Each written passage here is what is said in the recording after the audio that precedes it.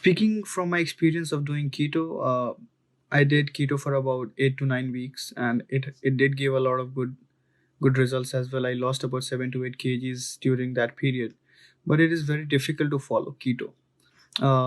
For a person who is normal working person, working from 9 to 5, going to office, or if you're a student, it's very difficult to follow keto on a regular basis. You can do it for a sprint of 4 weeks or 6 weeks, but I will not suggest it for somebody who wants to do it for a longer period of time, because it has got a lot of strict dietary regimes that you have to follow. Plus, you have to cut out a lot of things that you will not want to do. Plus, if you are a social person who likes to go to different events and stuff like that, it's very difficult to contain yourself from socializing, and it sometimes seems rude of not uh, indulging in a lot of things because of the restrictions in keto. At the same time, I did feel a lot of irritation and frustration while being on keto, because you are deprived of a lot of things that you are usually very used to eat.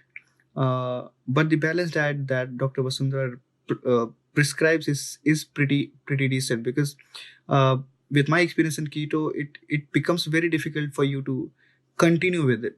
But the kind of diet that I've been going through, it is a balance of a lot of different things that I'm usually very comfortable eating or even procuring. So, for example, uh, eating normal rice and normal lentils, you have curries, you have a lot of different options. So, I was pretty happy with the kind of diet that I've been going through. Uh, and moreover, with keto, it's like a T20 match. You try it, you'll get lucky and you can score big, but I won't suggest it for a long term. For a long term basis, I think what a regular or balanced diet could do, it's difficult for a keto to achieve that.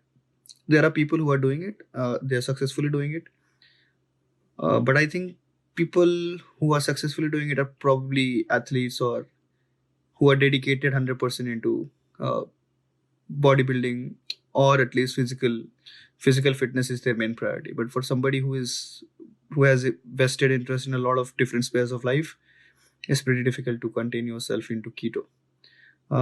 And it is very easy to come out of keto. It's very difficult for you to maintain yourself in keto. In the balanced diet, that you can afford a little bit of cheat meals here and there, and she even incorporates all that into the meals as well. So it's not that difficult for you to deviate a little bit from the diet, because then she manipulates the diet in such a way for the future days that it gets managed. But with ketosis, if you take a cheat meal, a heavy cheat meal, you probably come out of the keto, and then it again takes about 14 days to 20 days to come back into ketosis again. So it's a lot of effort. Both the things have perks and its disadvantages, but my experience says that a balanced diet is more preferable than a restricted ketosis diet.